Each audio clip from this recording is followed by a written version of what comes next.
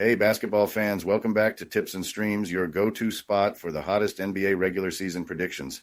I'm Kokan, and I'm here to break down today's matchups and give you the edge you need to make the best bets.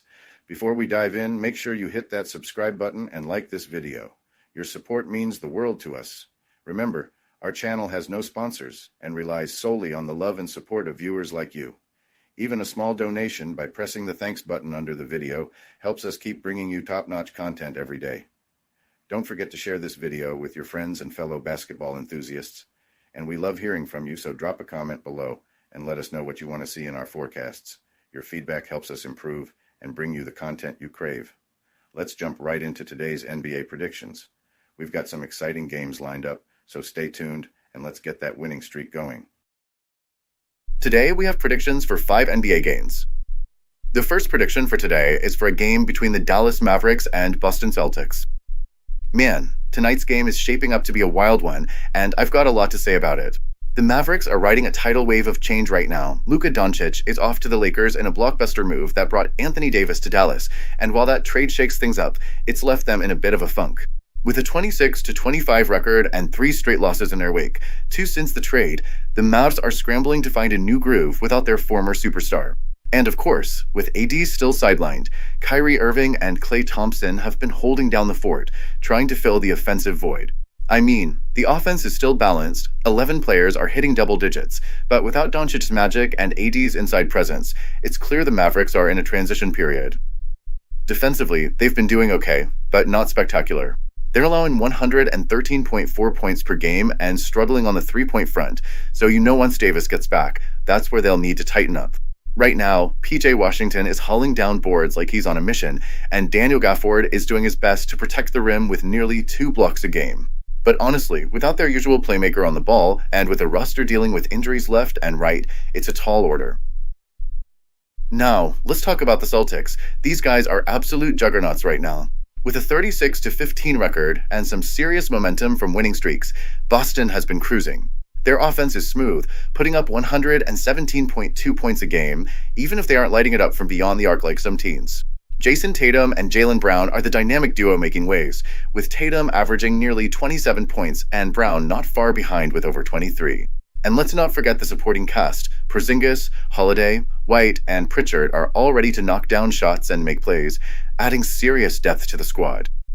Defensively, Boston's got it locked down too, allowing just 108.4 points per game and shutting down opponents from the field and beyond the arc. They've been smooth sailing, and that consistency on both ends of the floor gives them a huge edge. It's one of those matchups where the Celtics' disciplined, all-around game might just exploit the Mavericks' current state of disarray. I was watching Tuesday's action, and man, Boston absolutely torched Cleveland. Those Celtics were on fire.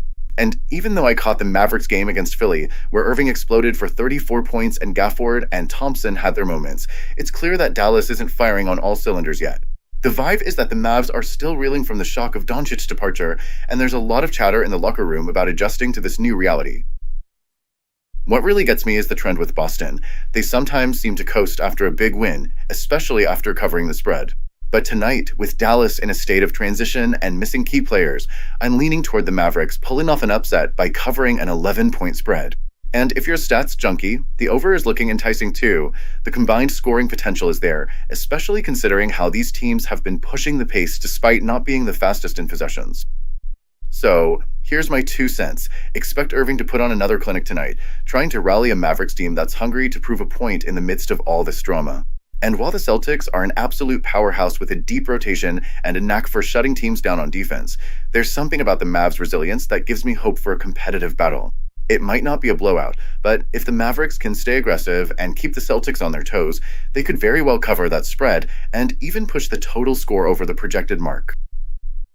In the end, this is one of those matchups where the unpredictability of the NBA is in full display, a team in transition versus a well-oiled machine. I'm all in for the Mavericks proving that even in the midst of upheaval, they can light it up and make a statement on the court tonight.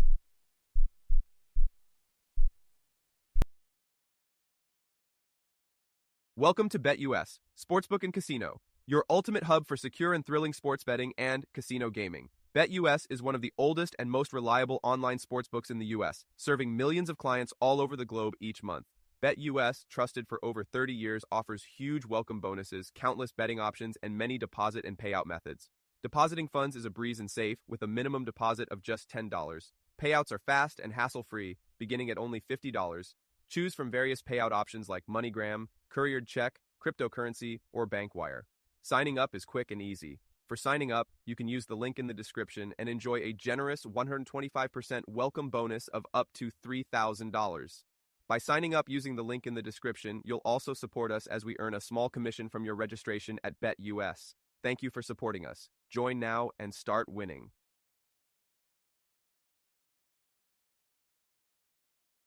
The second prediction for today is for a game between the Houston Rockets and Minnesota Timberwolves. Man, I'm telling you, this one's got the makings of a classic defensive battle. The Rockets are coming off a rough patch, a 4-game skid that's been a real head-scratcher, but don't sleep on them. They've been surprisingly solid this season with a 32-18 record, and their D has been nothing short of stellar. They're holding opponents to just 108.6 points a night and forcing teams to shoot under 46% from the field. That kind of defensive prowess is the backbone of their game, and it's something they can lean on as they hit the road in Minnesota. On the offensive end, Houston isn't exactly lighting it up, but they've got pieces who can break the ice when needed. Alperen Sengun is more than just a rebounder. He's running the show in the paint and dishing out passes like he's been in the league for a minute.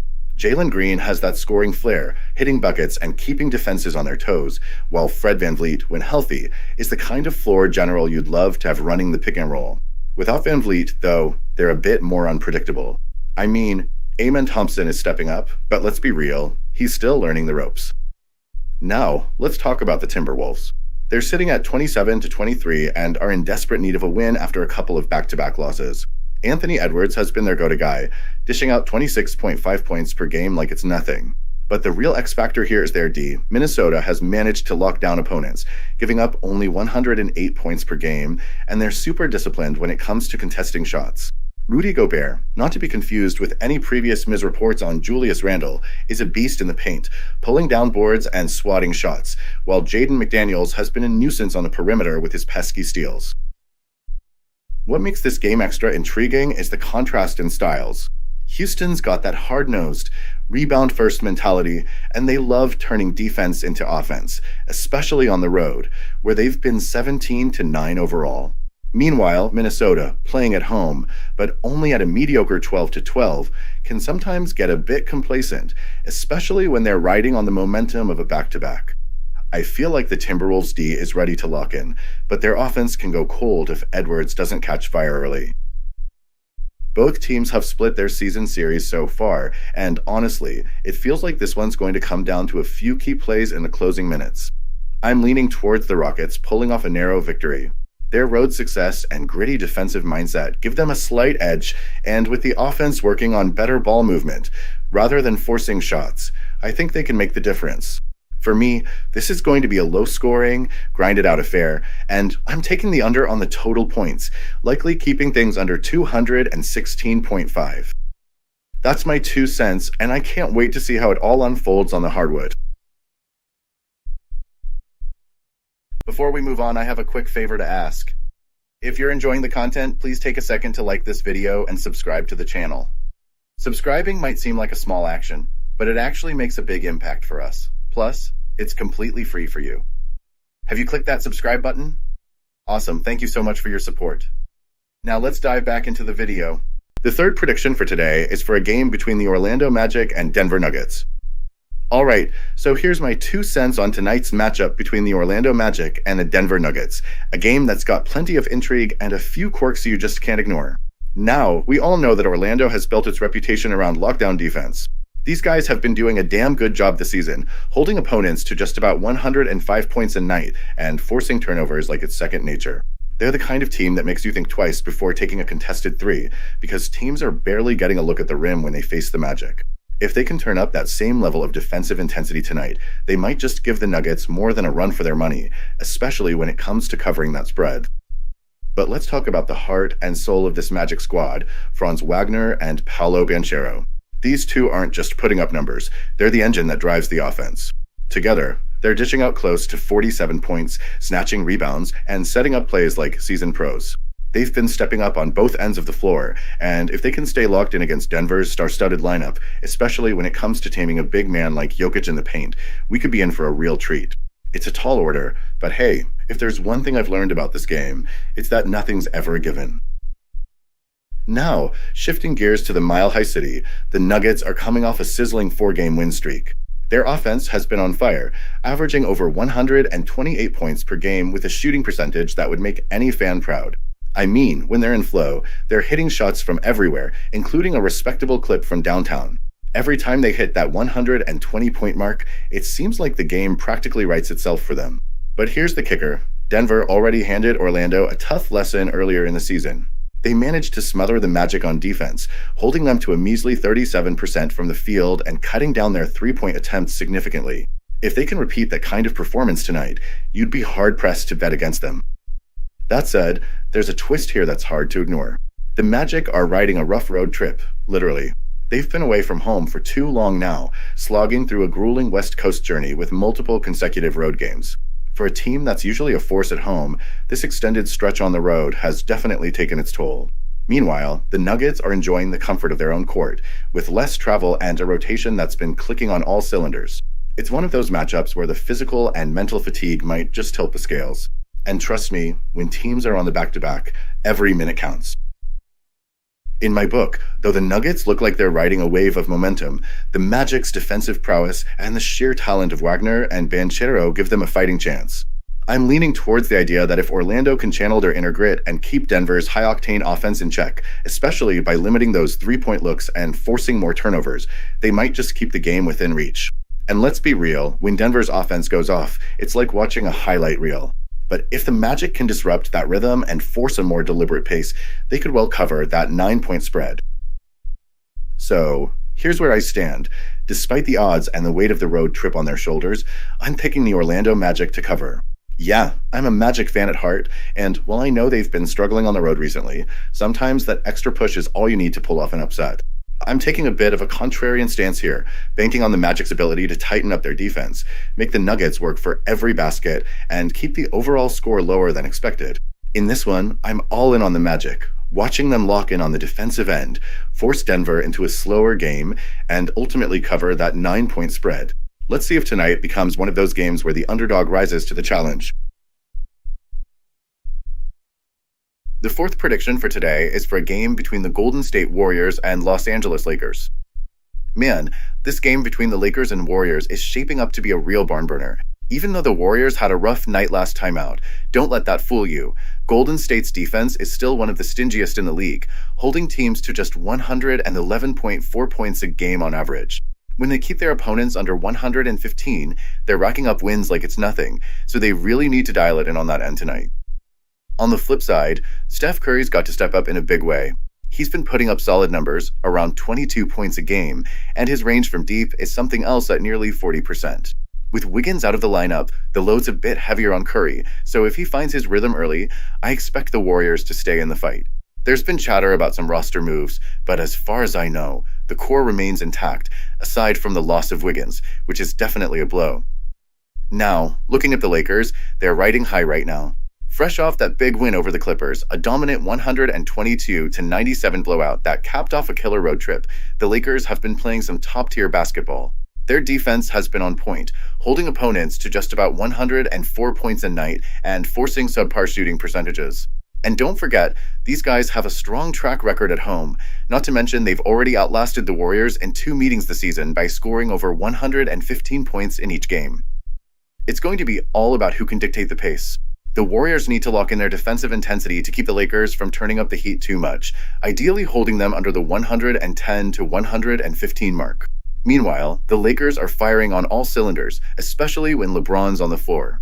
His leadership, combined with the team's efficient shooting and stifling defense, makes them a tough nut to crack. From where I'm standing, the Lakers have the edge.